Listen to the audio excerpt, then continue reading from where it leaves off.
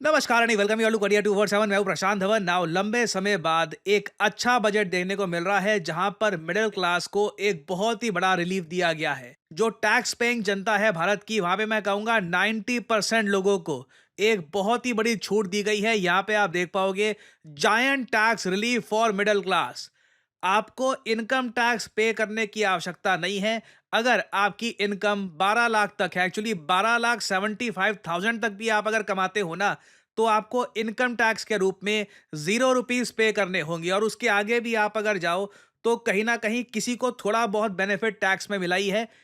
और सरकार ने क्लियरली एक इंडिकेशन दे दी है कि इस बजट के बाद सरकार मानती है कि मिडिल क्लास ज़रा खर्चा करेगी, गाड़ी परचेज करेगी, घर लेने का सोचेगी। मगर मेरे हिसाब से एक काम अभी करना और बाकी है कि जो हमारे कॉरपोरेट्स हैं, देश के कंपनियां हैं, उनको भी कहीं ना कहीं हमको बोलना पड़ेगा, समझाना पड़ेगा कि आप सैलरीज बढ़ाइए एम्प्लॉयज़ की, तभी उनके हाथ में जेन्युइनली पैसा आएगा, जिससे देश में डिमांड जागेगी और देश की ग्रोथ भी आगे बढ़ेगी। और आप समझ गए होंगे कि मोदी जी ने एक दिन पहले, बजट से एक दिन पहले, ये क्यों कहा था। मैं मां लक्ष्मी से प्रार्थना करता हूं कि देश के हर गरीब एवं मध्यम वर्ग समुदाय पर मां लक्ष्मी की विशेष कृपा रहे। और यहाँ पे आप देख पाओगे ये मिला है रिलीफ बहुत सारे टैक्स पेइंग इंडियन सिटीजन्स को। पहले तो मैं आपको ये बता दूं, देखो भारत की आबादी बहुत बड़ी है। कई लोग बताते हैं कि एस्टिमेट्स के हिसाब से चाइना से भी बढ़ चुकी है। मगर इस बहुत बड़ी आबादी का रफली 2.2% लोग एक्चुअली टैक्स में कुछ पे करते हैं। टैक्स फाइल करने वाले बहुत सारे लोग आपको मिल जाएंगे, मगर सरकार को कुछ पैसे के रूप में देने वाली जो पॉपुलेशन है, अभी भी 2% या फिर 2.3% के आसपास है। बहुत ही जरा कम आबादी है भारत में अभी भी। और अजीब बात देखिए, इस छोटी सी आबादी को ना बहुत ज्यादा टैक्स के अंडर दबा दिया गया था। अब सरकार ने थोड़ा सा और रिलीफ दिया है। और रिलीफ ऐसा नहीं है कि जादू की छड़ी से मिल गया है। एक बार को आप कह सकते हैं कि ये पहले कर देते। जो टैक्स में छूट दी है अब, कि 12 लाख तक आप अगर कमाते हैं तो टैक्स पे करने की आपको आवश्यकता नहीं है। अभी समझाऊंगा ये सब कैसे होगा। ये पहले कर लेते, इतना टाइम क्यों लग गया?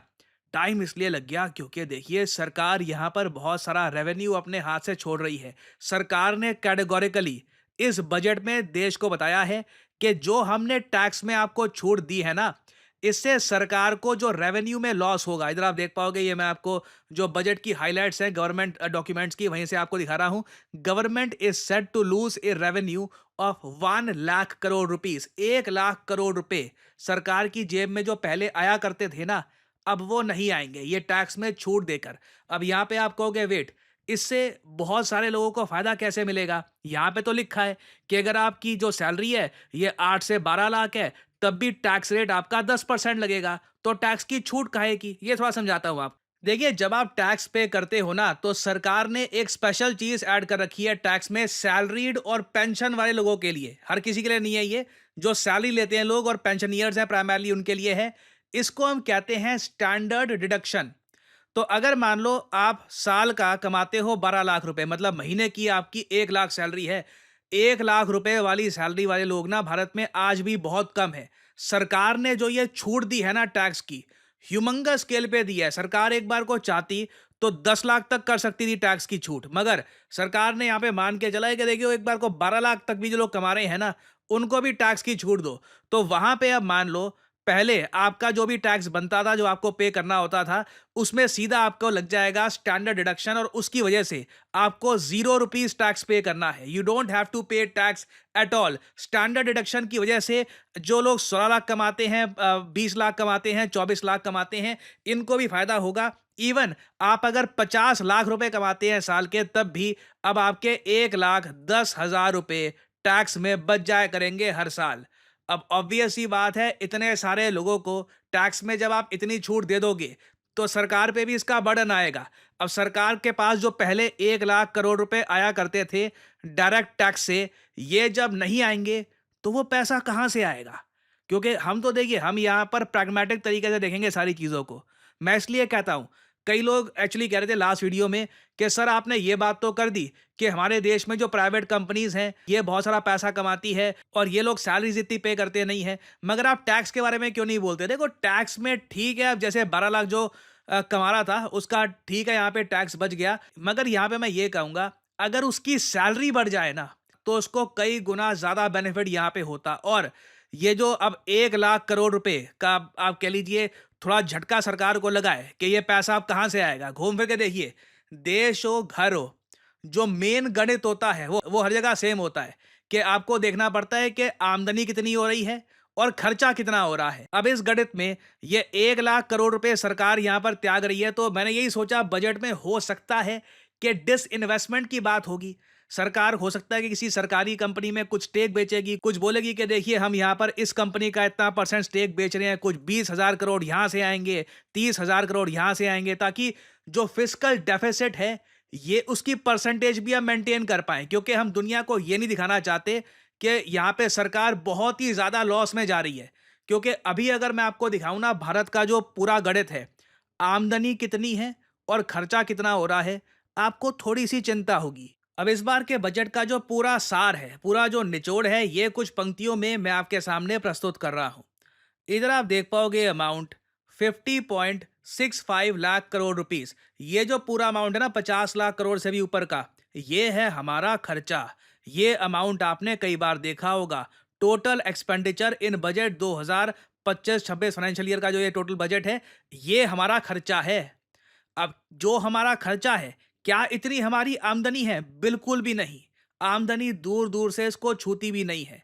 इधर आप देख पाओगे जो टोटल रिसीट्स हैं अदर देन बोरोइंग, जो हम अभी उधारियां उठाएंगे ना, उसको हम अगर काउंट ना करें, क्योंकि देश उधार पे भी चलता है। सरकार आपको पता होगा बॉन्ड इशू करती है इंटरनेशनल मार्केट में, 6% 7% के इंटरेस्ट रेट पे सरकार पैसा उठाती है लोगों से। तो उस सब को अगर मैं ना छेड़ूं, सिंपली देखूं कि सरकार के पास इनकम टैक्स से और दुनिया भर के टैक्सेस से और जो सरकार कमाइयां करती है और तरीके से भी, उससे जो टोटल सरकार के पास इनकम आई है ना, ये 35 लाख करोड़ के आसपास है।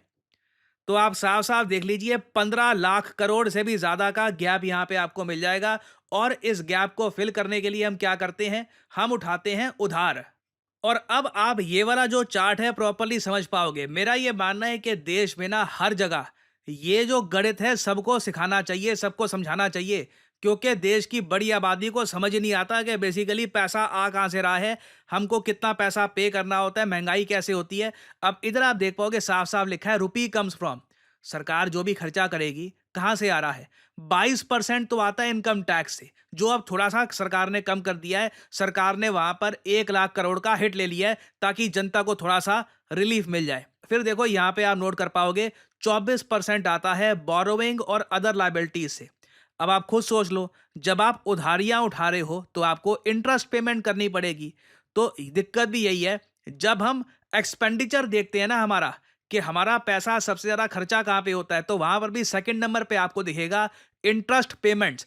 और जब भी भारत में कोई निवेशक लंबे समय तक निवेश करना चाहता है, तो वो चेक करता है भारत का फिस्कल डेफिसिट, कि जो ये आमदनी है इनकी और जो ये खर्चा हो रहा है, जितना ये यहाँ पे उधार उठा रहे हैं और जितनी ये उधार की पेमेंट कर रहे हैं, क्या ये कंट्री लॉन्ग टर्म में सरवाइव कर पाएगा, संभाल पाएगा इस तरीके की इकोनॉमी को, या फिर एक टाइम पे आकर इनको आईएमएफ के पास या फिर किसी कंट्री के पास जाना पड़ेगा हेल्प के लिए, जैसे पाकिस्तान, श्रीलंका या कई कंट्रीज को जाना पड़ता है। क्योंकि ये जो सिंपल सा आप देख रहे हो ना, money comes in money goes out, यहां पे थोड़ा सा संतुलन जब बिगड़ा, सारी इकोनॉमी वहीं पे धराशायी हो जाती है।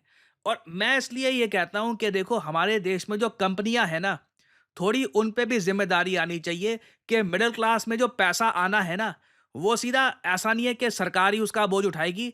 कंपनियों को भी बोलो कि तुम्हारे profit 15 year all time high पे जा रहे हैं, लोगों की सैलरी बढ़ाओ। क्योंकि देखो सबसे ज्यादा सैड बात इस पूरे चार्ट की ये है, सरकार के पास जो पैसा आता है ना, जो मैंने आपको भी दिखाया, जो 35 लाख करोड़ के आसपास का जो अमाउंट है, 22% आ रहा है जी इनकम टैक्स से, जो आम आदमी पे कर रहा है, जो यही अपनी 2-2.5% के आसपास जो आबादी है ये हो गई। मगर जो कॉर्पोरेट टैक्स है भारत में, ये हाईएस्ट स्लैब जो है इनकम टैक्स की उससे भी कम है।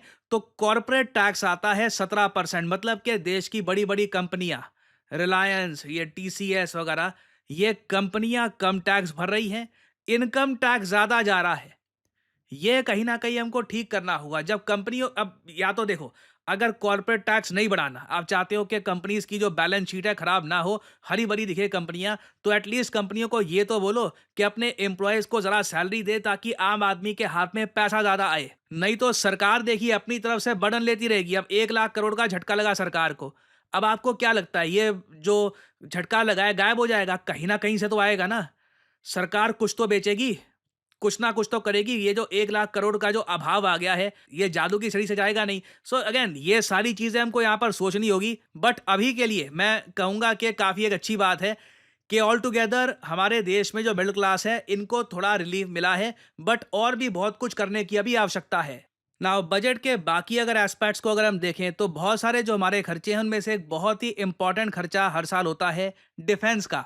नाउ डिफेंस का एक्सपेंडिचर अगर हम यहाँ पर देखें तो ये 8% गया है। इधर आप देख पाओगे टोटल खर्चे का 8% यहाँ पे खर्चा है डिफेंस में। और हमारा जो डिफेंस बजट इस बार है जो एलोकेट किया है पैसा गवर्नमेंट ने डिफेंस के लिए, ये 6,81,000 करोड़ रुपीज है। पिछली बार के कंपैरिजन में एक 9% का आपको इंक्रीज दिखेगा।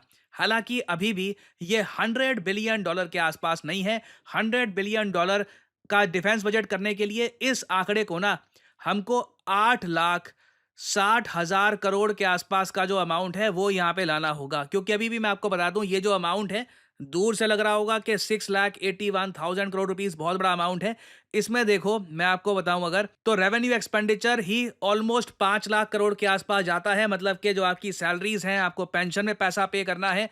जो कैपिटल एक्सपेंडिचर है ये 2 लाख करोड़ से भी कम का है। मतलब कि ये इस पैसे का आप डिफेंस हार्डवेयर परचेज करोगे, आप फाइटर जेट जो आपको लेने हैं, सबमरीन्स लेनी है या कुछ भी आपको परचेज करना है बाहर के देशों से कुछ टेक्नोलॉजी लेनी है, वो इस सब से यहाँ पर होगा। तो अगेन देखिए डिफेंस बजट ऑब्वियसली सरकार के पास इतना रूम है नहीं कि सरकार डिफेंस बजट कहाँ से इंक्रीज करे। क्योंकि सरकार को देखिए फिस्कल डेफिसिट का भी ध्यान रखना होगा।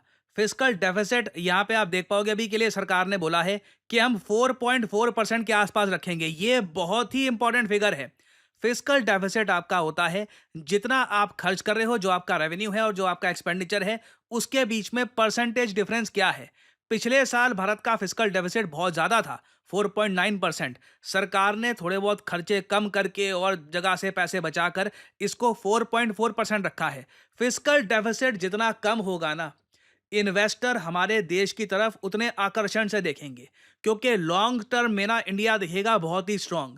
फिस्कल डेफिसिट जिस दिन उड़ गया, मैं इसलिए सोचता हूं कभी भारत में मान लो ऐसी सरकार आ गई कि बांट दो, जो लोगों को चाहिए बांट दो, ठीक है, बस फ्री में सब कुछ जो देना है फ्री, इलेक्ट्रिसिटी फ्री, सब कुछ फ्री। फिस्कल डेफिसिट जाएगा सीधा आराम से 12-13% के आसपास, उससे भी ऊपर। और फिर देखिए वो जो एक आप कह लीजिए आईएमएफ के दरवाजे और बाकी और जो फाइनेंशियल ट्रबल्स होती है कंट्री के, वो खुल जाते हैं। थैंकफुली हम उससे बहुत दूर हैं। हमारा जो फॉरेन एक्सचेंज रिजर्व है ये भी आज के समय काफ़ी स्ट्रांग है। फिस्कल डेफिसिट को भी हमने काफ़ी हद तक कंट्रोल करके रखा हुआ है। This is all very good for India. अब बाकी जगह सरकार ने कहाँ-कहाँ पे खर्चा किया है ये भी जान लो। देखो, सरकार ने जो टैक्स में रिलीफ दिया है ना, उससे सरकार को जो 1 लाख करोड़ का सेटबैक लगा है।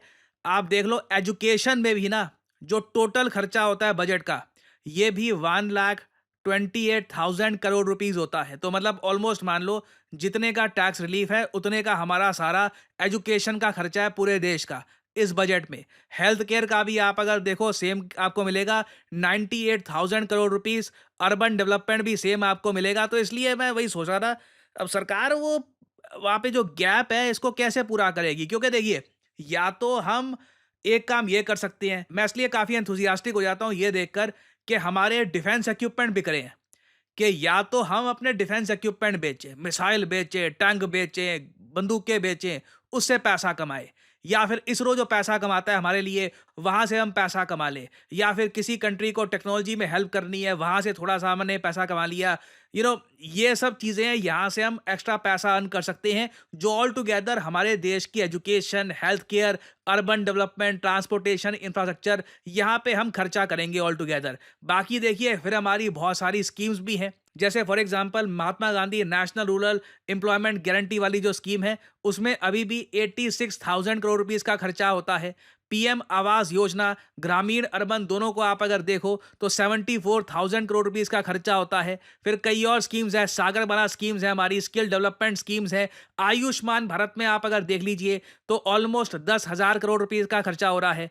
और वैसे आप अगर बात करो मंत्रालयों की कि किस मंत्रालय को कितना ज़्यादा पैसा एलोकेट होता है, सबसे ज़्यादा एलोकेट किया जाता है मिनिस्ट्री ऑफ फाइनेंस को, उसके बाद आती है मिनिस्ट्री ऑफ डिफेंस, फिर ministry of consumer affairs, food public distribution, इनको 2,15,000 करोड़ रुपए मिलता है। यही मिनिस्ट्रीज को जो पैसा मिलता है वही फिर स्कीम्स में जाता है। ठीक है, ऐसा मत समझना कि ये एक अलग से नया खर्चा हो गया। फिर मिनिस्ट्री ऑफ रेलवेज को आप अगर देख लीजिए 2,55,000 करोड़ का यहाँ पे जो है एलोकेशन है, ये सब जाता है। डिपार्टमेंट ऑफ स्पेस में मैं बोलूंगा ये अच्छी बात है, इस बार इसरो को एक्स्ट्रा पैसा दिया गया है। 13,416 करोड़ रुपए एलोकेट किया गया है इस बार डिपार्टमेंट ऑफ स्पेस को, ये सारा पैसा मिलेगा इसरो को। हालांकि मुझको एक बात यहां पर बोलनी पड़ेगी, रिसर्च एंड डेवलपमेंट में ना अभी भी चाइना से हम बहुत पीछे हैं। एक दिल तोड़ने वाला स्टैटिस्टिक दिखाई देता हूं। ये इधर आप देख पाओगे, ये है चाइना का रिसर्च एंड डेवलपमेंट का बजट, ऑलमोस्ट $500 बिलियन। इंडिया का रिसर्च एंड डेवलपमेंट आप अगर बजट देखो तो ये सिर्फ $17 बिलियन के आसपास मिलेगा। ये भी कई स्कीम्स वगैरह का जो एडिशनल पैसा है उसको जोड़ के मैं आपको बता रहा हूँ। तो ये जो डिस्पैरिटी है, जब तक इसको हम पूरा नहीं करेंगे, देखिए चाइना डीप सीक जैसी वेरियस और एप्स, एआई इंजन, ये तो बस एक आपको उदाहरण दे रहा हूँ। बेसिकली चाइना इनोवेशन में आगे रहेगा। आप इनोवेशन में आगे रहते हो तो आप ऐसी चीजें बना पाते हो जो दुनिया चाहती है, आप दुनिया को बेच पाते हो वो चीजें। इसलिए भारत में ना आज भी मुझे बहुत दुख लगता है देखकर, हम लोग आज भी ना फिस्कल डेफिसिट को मेंटेन कर रहे हैं। जबकि चाइना में आप अगर देखो तो उनके यहाँ ट्रेड सरप्लस इतना ज़्यादा है कि फिस्कल डेफिसिट वगैरह वो आराम से मेंटेन कर पाते हैं, और इसलिए वो बजट पे रिसर्च एंड डेवलपमेंट में इतना कुछ खर्च पा रहे हैं। आप रिसर्च एंड डेवलपमेंट में खर्चोगे, आपके देश में अत्याधुनिक एडवांस्ड प्रोडक्ट्स निकलेंगे जिनको आप बेच सकते हो दुनिया में, पैसा कमाओगे, फायदा ही फायदा, पैसा ही पैसा, मजे ही मजे। अनफॉर्चुनेटली हम लोग यहाँ पर उस मामले में पीछे रह गए हैं। खैर, एक चीज़ मुझे बहुत ज़्यादा अच्छी लगी इस बजट में, ये मैं हाईलाइट करना चाहता हूँ, ये है न्यूक्लियर एनर्जी। इंडिया ने एक टारगेट डेवलप कर लिया है कि 100 गीगावाट ऑफ न्यूक्लियर एनर्जी हम लोग बनाएंगे बाय 2047। ये देखिए एक बहुत ही इंपॉर्टेंट मैं कहूँगा इनिशिएटिव है, क्योंकि इवेंचुअली हम लोग ये चाहेंगे कि जो हमारा पैसा खर्च होता है ऑयल परचेज करने में, या फिर कोल भी काफ़ी बार हम परचेज करते हैं ऑस्ट्रेलिया से, ये सब हम ना खर्चे, हमारा बहुत सारी जो एनर्जी है हमारी ये न्यूक्लियर साइड से आए। तो इसके लिए देखिए भारत स्मॉल न्यूक्लियर रिएक्टर्स भी अपने देश में बनाएगा, और इसको हम SMR कहते हैं, स्मॉल मॉड्यूलर रिएक्टर्स। ये हमारे देश में बनाए जाएंगे। इसके लिए एक अलग से 20,000 करोड़ रुपए का एक बजट है, ये एलोकेट कर दिया गया है, and this is really good. ये आप कह लीजिए दूर की सोची है भारत ने, एक लंबा टारगेट रखा है, and this is what our country needed. और फिर अगर मैं बात करूं ऑन अ लाइटर नोट, तो आज के समय सोशल मीडिया पे बहुत सारे आपने देखी होगी मीम्स बन रही हैं बिहार पर, क्योंकि इस बजट में बिहार पे काफ़ी फोकस किया गया है। बिहार के इलेक्शंस भी आने वाले हैं, जैसे आप लोग जानते हैं। जेडीयू बिहार की पार्टी आज के समय सपोर्ट भी दे रही है सेंटर में सरकार चलाने में।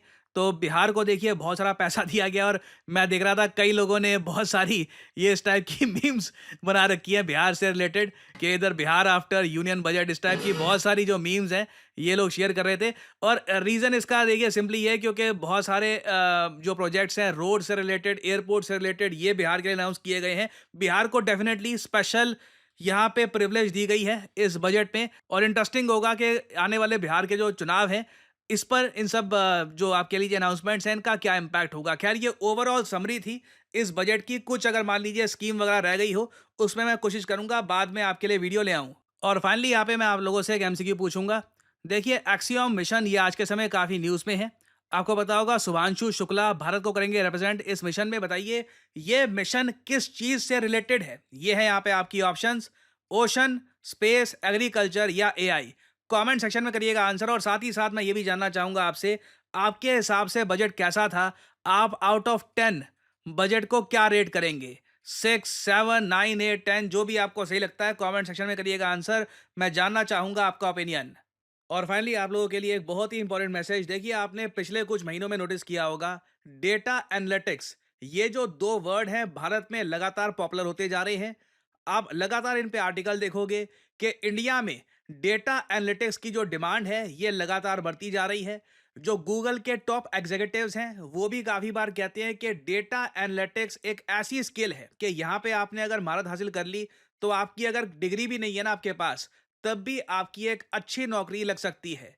डेटा एनालिटिक्स देखिए आज के समय मैं कहूंगा एक न्यू एज जॉब है, और आप अगर एआई के साथ डेटा एनालिटिक्स का ज्ञान प्राप्त कर लेते हैं तो आपको एक ट्रमेंडस एडवांटेज मिलता है जॉब मार्केट में। और करियर 247 आपके लिए लेके आया है डेटा एनालिटिक्स कोर्स, जहां पे आपको NASSCOM का सर्टिफिकेट मिलता है upon completion of the course. आपको सिंपली करना क्या है, कमेंट सेक्शन में जाइए, यहाँ पे आपको लिंक मिल जाएगा डेटा एनालिटिक्स कोर्स, और इस लिंक पर यहाँ पे आप क्लिक करेंगे तो आपके सामने यहाँ पर खुल जाएगी ये स्क्रीन। नाउ यहाँ पे आपको करना क्या है, आप सिंपली अपना नाम, ईमेल आईडी, नंबर ये डाल सकते हैं, और ऑब्वियसली यहाँ पे आपको एक डिस्काउंट कोड मैं रेकमेंड करूंगा बिल्कुल यहाँ पर डाले, PD10 जो डिस्काउंट कोड है ये यहाँ पे डाल दीजिएगा।